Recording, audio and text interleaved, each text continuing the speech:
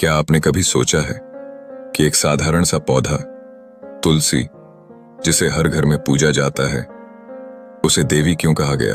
क्यों भगवान विष्णु बिना तुलसी के भोग स्वीकार नहीं करते? और क्यों कहा जाता है कि तुलसी सिर्फ पौधा नहीं, एक श्राप से जन्मी देवी है? आज की कहानी सुनकर आप कभी तुलसी को साधारण नहीं समझोगे। तुलसी कोई साधारण पौधा नहीं, सनातन धर्म में तुलसी को विष्णु प्रिया कहा गया है। कहा जाता है जिस घर में तुलसी होती है वहां नकारात्मक ऊर्जा टिक नहीं पाती। लेकिन सवाल यह है, आखिर तुलसी को यह स्थान मिला कैसे? इसका उत्तर छुपा है एक प्राचीन श्राप और बलिदान की कहानी में। वृंदा, एक पतिव्रता स्त्री, बहुत समय पहले वृंदा नाम की एक स्त्री थी। वह कोई साधारण स्त्री नहीं थी। वह अपने पतिव्रत धर्म के लिए प्रसिद्ध थी। उसका पति था जलंधर, एक शक्तिशाली असुर राजा। वृंदा की तपस्या इतनी प्रबल थी कि जब तक वह पतिव्रत रही, कोई भी देवता जलंधर को हरा नहीं सकता था। यहां तक कि भगवान विष्णु भी नहीं। धर्म की रक्षा के लिए छल जब जलंधर का आतंक बढ़ गया तो देवताओं ने विष्णु से प्रार्थना की। धर्म की रक्षा के लिए भगवान विष्णु ने एक कठिन निर्णय लिया।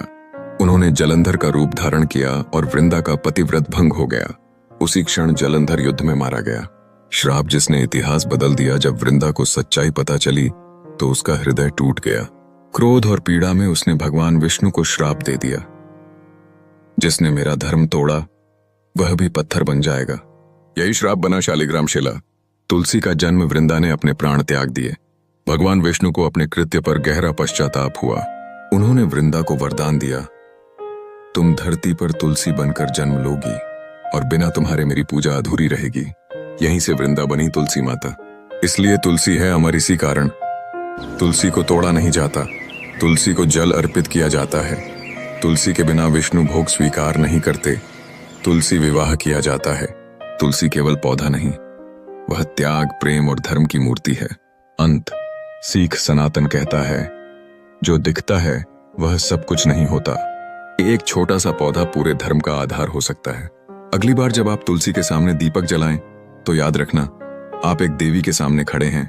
जय तुलसी माता, जय विष्णु भगवान।